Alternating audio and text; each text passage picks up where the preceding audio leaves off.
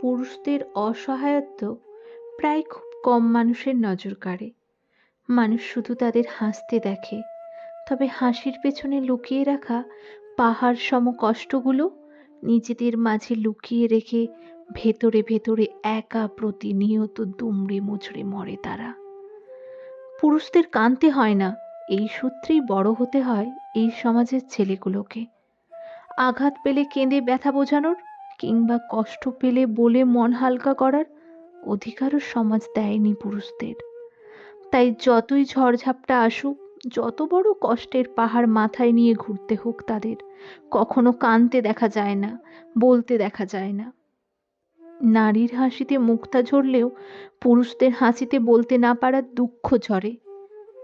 বাবা মায়ের দায়িত্ব, ভাই বোনদের খেয়াল, আত্মীয়তা মেনটেন, সামাজিক অবস্থান ধরে রাখা, ভবিষ্যতের চিন্তা, সন্তান, সংসার, আরও কত কি পরিকল্পনা।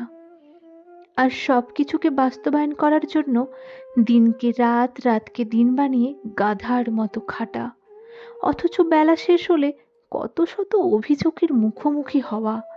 ভালো সন্তান না হতে পারার অভিযোগ, ভালো স্বামী কিংবা ভালো অভিভাবক না হতে পারার জটিল দায়ভার। মানুষ ভাবে পুরুষ হওয়া সহজ বড়, কি সুন্দর মেরুদণ্ড উঁচু করে চলে তারা। অথচ মেরুদণ্ড শক্ত করে হাঁটতে গিয়ে কখন যে নিজেদের পুরো ঠেলে দেয় তা দেখতে বসে আছে কারা। ওই যে বলে না, যেই বটগাছ ছায়া দেয়, সেটারও কখনো কখনো ছায়ার প্রয়োজন হয়। বটগাছের ক্ষেত্রে সবাই তা মানলেও পুরুষদের বেলায় তা মানতে যেন নারাজ তারা।